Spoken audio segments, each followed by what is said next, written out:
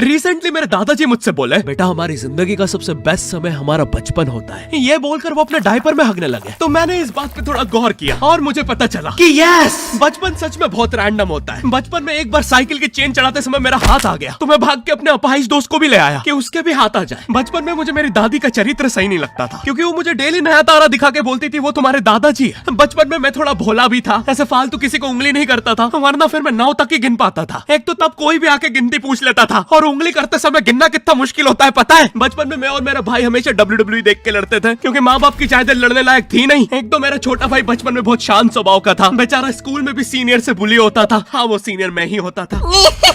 एक बार मुझसे बोलता, भैया डॉक्टर बनना मेरा सपना है। तो मैंने उसे नीट की बुक्स ला दी, तो अब वो उसका पूरा सपना बन गया। अब वो डॉक्टर गेम में भी बीमारी बनता है, और बवासीर पीछे होती है। चिंटू बुक्स नहीं पढ़ रहा है तू? एक बार बेचारा बिस्तर पे गिर के रोने लग गया, तो सब बोलने लग गए कुछ नहीं हुआ, चींटी मर गई, चींटी मर गई। मैं यहाँ सोच रहा हूँ फिर अभी तक हम चींटियों वाले बिस्तर पे क्यों सो रहे थे? हाँ, घर में सबकी पीठ पे ददोड़े हो रखे हैं। हाँ, ये नहीं गिरता तो हमें तो पता ही नहीं चलता बिस्तर पे चींटियां हैं। हम तो सोए जा रहे हैं चींटियों वाले बिस्तर पे। और स्कूल में जब भी ये छोटे भाई पैंट में हक देते हैं, तो बड़े भाई को क्यों बुलाया जाता है? पता है कितनी घनघोर बेइज्जती होती है पूरी क्लास के सामने, और बुलाते भी इतने सस्पेंस है, वो देख के बड़े भाई का हगना निकल जाता है। ऐसे 2 छोटे बच्चे स्लो मोशन में भाग के आ रहे हैं। हाँ, वो उनकी नॉर्मल स्पीड है।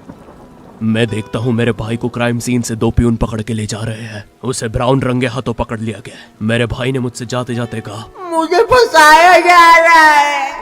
मुझे पता था इस लेंडे के पीछे की कहानी इतनी सिंपल नहीं हो सकती। कड़ी तहकीकात के बाद मुझे पता चला इस लेंडे के पीछे बड़े बड़े पॉलिटिशियंस, गैंग लीडर्स और माफिया इन्वॉल्व है। मेरा भाई सही कह रहा था, ये उसका लेंडा नहीं है। हैंड्स अप पीटी टीचर, तो वो लेंडा तुम्हारा था। तो तुम्हें पता चल ही गया, तुम मुझे कभी नहीं पकड़ सकते। रुको, भाग गया। जाने दो उसे बेटा, हमने पीटी टीचर के बड़े भाई को बुला लिया है वो लेंडा उठाने।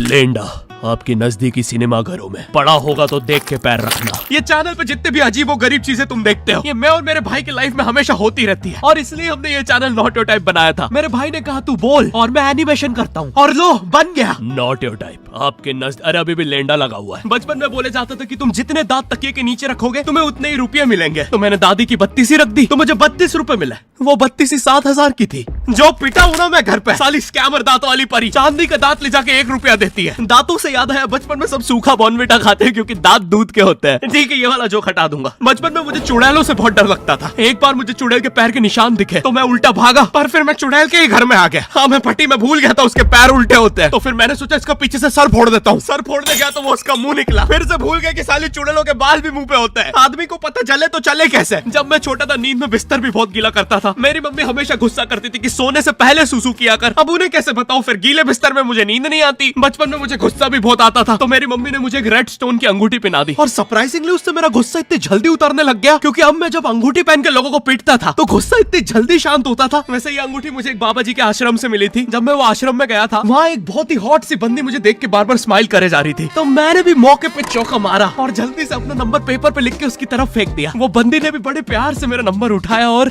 खा लिया। अरे भाई, उसको भूत लगे, वो तब से सबको स्माइल दे रही है। हम भी सुबह से नंबर फेंक रहे हैं, अभी तक 2 किलो पेपर खा गई है। अब तुम्हें भी ऐसे रैंडम भूतों या स्ट्रेंजर्स पास नंबर ना फेंकना पड़े प्यार के लिए, इसलिए आओ हैपन पे चले। यहाँ तुम्हें मिलते हैं तुम्हारे कॉमन इंटरेस्ट के लोग। मुझे बॉर्नविटा बहुत पसंद है। मुझे भी रोहित। आओ मन बुद्धि हैंडशेक करते हैं। हैपन पे मिलती है आपको उन लोगों की प्रोफाइल्स जिनके साथ आप पाथ क्रॉस करते हैं। यहाँ तुम अपने एरिया के लोगों की प्रोफाइल्स भी देख सकते हो। यही नहीं, जो लोग तुम्हारे फेवरेट स्पॉट पे जा चुके हैं, यहाँ तुम्हें उनकी प्रोफाइल्स भी मिलती है। तो अभी जाकर अपना नेक्स्ट क्रश स्पॉट करो अपने ही मन पसंदीदा स्पॉट पे। तो अभी जाकर डाउनलोड करो, लिंक डिस्क्रिप्शन में। Thank you happen.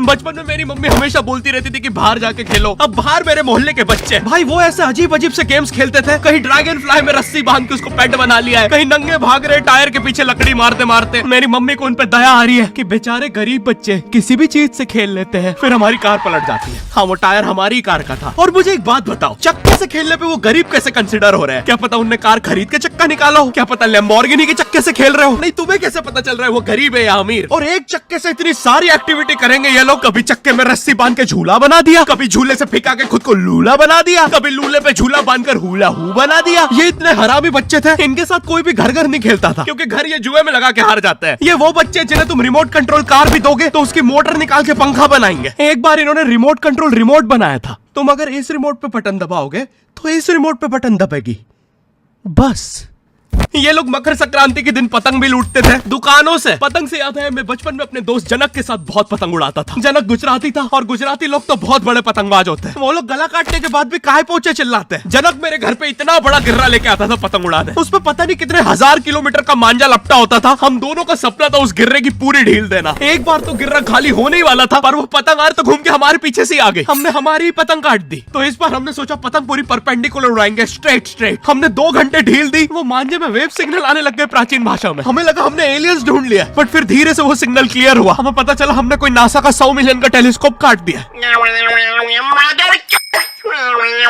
पतंग नीचे ले, टेलीस्कोप काट दिया।